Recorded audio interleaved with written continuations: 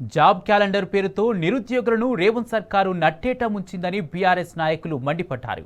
రేవంత్ వైఖరిని నిరసిస్తూ ఆదిలాబాద్ జిల్లా ఉట్నూరులో ఆందోళనకు దిగారు. ఇంకెప్పుడు జాబ్ క్యాలెండర్ విడుదల చేస్తావు రేవంత్ రెడ్డి అంటూ పెద్ద ఎత్తున నినాదాలు చేస్తారు. ఖానాపూర్ నియోజకవర్గ ఇన్ఛార్జ్ బూక్యా జాన్సన్ నాయక్, బీఆర్ఎస్పీ రాష్ట్ర అధ్యక్షులు గెల్లు శ్రీనివాస్ యాదవ్ ఆదేశాల మేరకు అంబేద్కర్ చౌక్ వద్ద నిరసన చేపట్టారు. అనంతరం అంబేద్కర్ విగ్రహానికి వినతి పత్రం అందజేశారు. निकालना ना सबको बड़े को निकाला तो होता कि జాబ్ క్యాలెండర్ వెంటనే